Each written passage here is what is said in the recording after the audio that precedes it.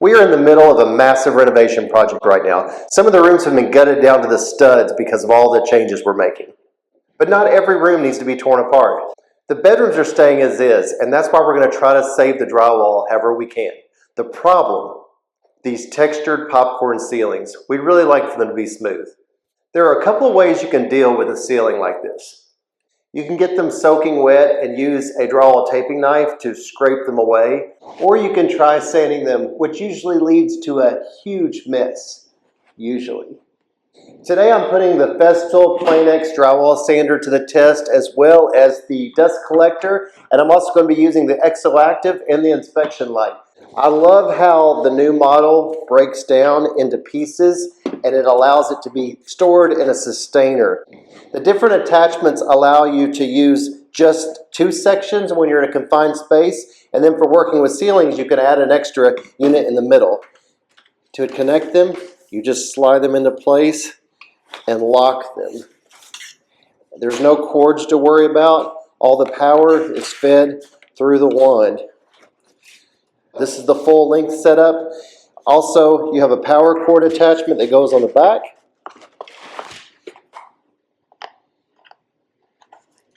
Twist to lock that in. Then I'm going to take the dust collector, slide this back, put this into its fitting, and lock that into place. Next is this handy little accessory that fits into the side, and what it's for is to make the hose have a little bit of a little swoop on it, so that when you're using it, this doesn't rub against your side of your hand the whole time you're using it. I'm connecting up the sander to the Festool CT36 AC. The AC stands for auto clean, and what that does is it has a mechanism inside that actually hits the filter bag and keeps the dust from collecting up at the top of the filter. This is a great vac for dust collection, as well as job site cleanup and wood shop dust collection as well. Another available accessory is this sustainer, which comes preloaded with all the different grits that you could want.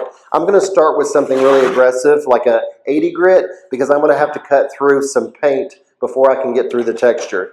This is a random orbital, which means instead of spinning in circles where it could burn through the drywall, the paper on the drywall really quickly, it actually rotates around as well as spins. So it's a random orbit.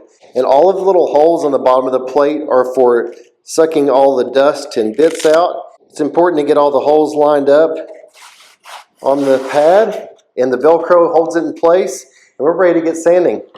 I'm going to wait to put the Exoactive on until I start feeling a little bit of the strain in my shoulders and arms. It'll be a nice break from it, and I want to try it with and without. I just sanded for about a minute or two, and it's smoother, but it's going to take forever at that grit. I just called my local Woodcraft, and they have 20 and 40 grit in stock. It's going to be worth the 30 minutes to drive over there, grab it. I'll see you when I get back. Okay, I just got back from the store, and I picked up, I'll show you, I was trying 80 grit, which is fairly rough, but it's no match for the ceiling, because this ceiling was textured with drywall mud and then has paint on it. So I have 2 different grits I'm going to try.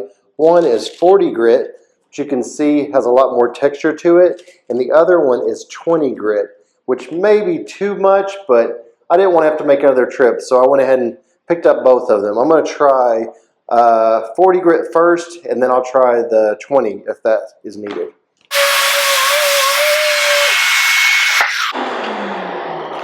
I think we need 20.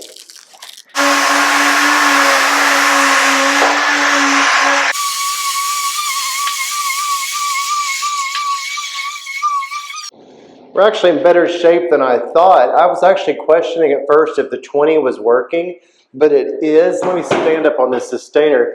It looks like it's textured, but when you feel it, it's actually very smooth. It's just, you're still seeing the remnants of that texturing.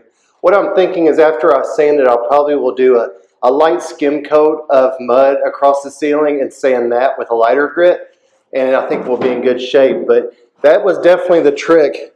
The 20 grit, see how rough that is compared to the 40 grit, and definitely the 20 is the way to go. It did it very quickly. Okay, I finished doing the whole ceiling with knocking it down to where it's consistent, and just want to show that other than some bits that were kind of big that didn't catch, there's zero dust in the air. It captured everything. It's done a really great job. I think I'm going to run up and get the, I already have a taping knife in my van, but I'm going to run up and get some drywall mud, and I'm going to try my theory of just skim coating it. I think that might be faster. This did a great job of leveling this out. If you have what's called popcorn ceilings, they're a lot lighter texture and they can be removed completely. But if you have the drywall mud that's done with the crow's foot, depending on how thick they did it, which is what I think I'm dealing with, it's going to be faster to skim after you plane it out. I've got this raking light, which is really handy way to see the contours of the ceiling. Hopefully they show up. I'm going to show you my method of how I'm going to do this. I take some taping mud, put it on there, and just basically put it across the ceiling. And now that I've flattened out all the high spots, I can let my taping knife just run across and just fill in all of the low spots. And I think this is going to work out really nice. What this is going to do is going to allow me, after this dries, to sand it, and I won't have to sand down as far as I would have previously because I'm just filling all the low spots in. Basically scraping off what I put on there. Yeah, I've spent about an hour and 15 minutes. Thought I'd give you an update of floating. You can see the darker because it hasn't dried yet, but it seems to be working really nicely. I'm skimming over the top, and right now you can still see the pattern because you have the wet drywall mud that's kind of a brown and then the white, but it's building up really nicely. I have about 2 hours in skimming the entire ceiling, and I'm looking forward to sanding this tomorrow morning and seeing how it looks.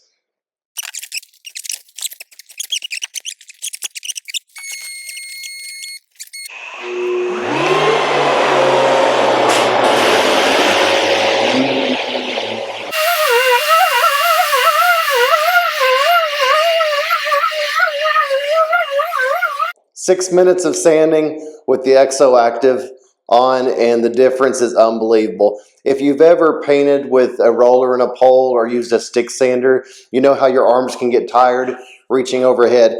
The Exo allows you to set your support level on your arms and shoulders for this high, or this high.